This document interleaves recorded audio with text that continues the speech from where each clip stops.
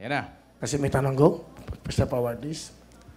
Sa interview kay Isabel Daza noon, inamin niya na hindi siya pumayag agad na makipag-date noon kay Adrian Sembla, ang asawa na niya ngayon. Bago ang first date niya, tinanggihan niya ito ng 7 times. Sa iyong palagay, may lugar pa ba talaga sa panahong ito ang slight na pagpapakipot kung hindi ka mag-oo agad? So, si Isabel kasi asawa na niya to eh. So, bago pala sila mag-date, 7 beses siya tinanggihan bago siya pumayag. Ikaw ba naniniwala sa ganito sa panahon mo ba? Dapat pa bang ganyan ang ginagawa? O iba na, moderno na ba ngayon? Yon. Para sa akin, tama po yung ginawa niya. Dahil kung seryoso at tunay siyang mahal ng taong yun, matututo itong maghintay kung kailan na siya handang magmahal. Makipag-date. Kaya type na type mo yung lalaki. Paano yun? Gustong-gusto mo rin siya. Doon mo masusubo kung gaano ka niya kagusto na makuha. Sige. Doon niyo po masusubok yung pagmamahal niya po para sa'yo. Kung talagang seryoso siya sa'yo, handa siyang maghintay para sa'yo. Ay, natapos din. Napakagandang sagot, di ba? Isa sa mga tanong, please, ano? Yun. Pakibasa, iya. Gabs, ano nararamdaman mo pag ganito, may na-interview ka? Ano? Masaya. Sobra. Minsan parang biro lamang. Pero at least nag-enjoy ako. Totoo pala. Okay. Alright, sige. Sige, basahin mo na. Umabot ka sa monthly finals ng Gandang Filipina, kaya nakapag-rehearse na kayo sa dance number. Ang kaso, nakita ka pala ng kabilang network at may offer sila na gagawin kang bida sa isang teleserye. Sabi nila na wag ka na umappear sa monthly finals. So baka masira ang choreography at blocking ni Ana Feliciano. Ano ang gagawin mo? Lipat sa kabila para bida agad o stay sa competition pero posibleng matalo? Gandang tanong. Exposure. Sige. Pero mataas na. Kung bibigyan po ako ng pagkakataon, para sa akin, itutuloy ko yung competition ko dito sa Gandang Filipina dahil ako yung uri ng tao na kung ano yung sinimulan, kailangan tapusin. Kahit maganda yung offer mo, totoo ba yung sinasabi mo yan? Iiwanan mo si Will. Okay, go. Hindi. Kasi ano na lang yung magiging tingin ng ibang tao sa akin kapag kinuha ko yung malaking offer na yun. Samantalang meron naman akong maiiwan o parang matatapakang ibang tao, which is dito nga sa Gandang Filipina. So para sa akin, pagpapakita na lang din ng tamang asal po yun. So, baka naman nasa TV ka lang, nandito ka lang. Kasi pag may mga gandang offer, pag-iisiyo, sabi ng pamilya mo, aba, anak, break na natin to. Ito na, hinapangarap mo, matutupad na. Pwede naman, mas naniniwala ako. Pwede naman akong bigyan ng break din ng Gandang Filipina. O kaya ikaw. Yan na. Yan. Ito, mamili ka na ng tanong. Okay, yung tunay na tanong. Parang hindi, garutin naman ang boss ko. Hello? Hi. Sige, basa.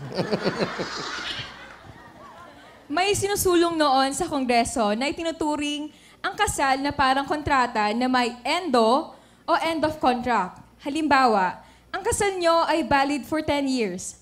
Tapos, kung nagmamahalan pa kayo after 10 years, edi mag-renew pa ng contract. Mahirap daw kasi i-predict kung ang feelings mo ngayon ay ganun pa rin 10 years from now. Anong opinion mo dito?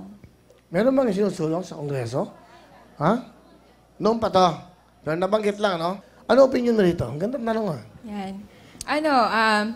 Naniniwala pa rin ako na ang kasal ay isang sagradong sakramento na binigay sa atin ng Diyos. At this is a gift from God na hindi dapat ulit-ulitin. At pag naulit-ulitin, baka maabuso at hindi maturing na isang banal at sagrado. Kaya sa akin, hindi dapat ginagawang prediction kasi dapat sigurado ka na bago ka pumasok sa isang pagsasama, dapat sigurado na kayo sa isa't isa. Pero ako lang, ma-explain ko sa'yo, ha? Maaaring sigurado ka, pero yung partner mo hindi sigurado. Takes two to tango, pare, di ba? Yeah, that's right. Sabi nila, oo. paano mo i-ano yun? Ikaw sigurado, siya pala hindi. After 10 years, wala na pa rin pagmamahal niya sa'yo. Paano mo i-handle yun?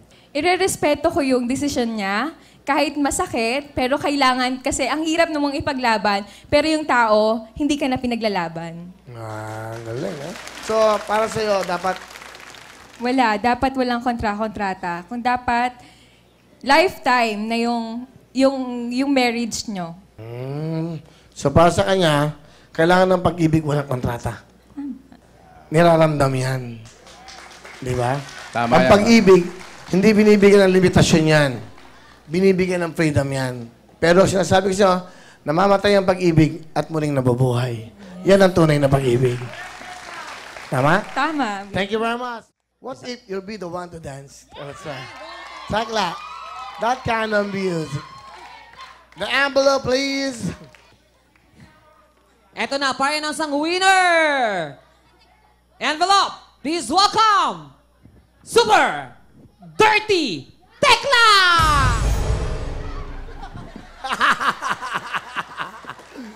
Oh. Super Tekla. Okay then, here we go. We're going to announce the winner for today. She will be joining our monthly final this coming Thursday, December 15. Sige, sino ang gusto nyo? 1, 2, or 3?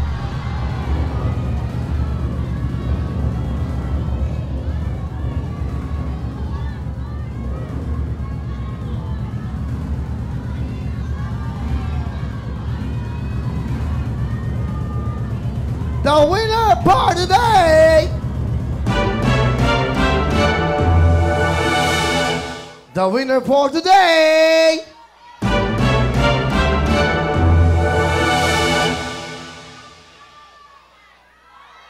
Again.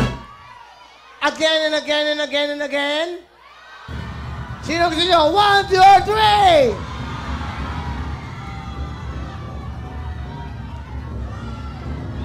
She will be back sa ating pong multi-final sa Thursday. Okay, we have no winner.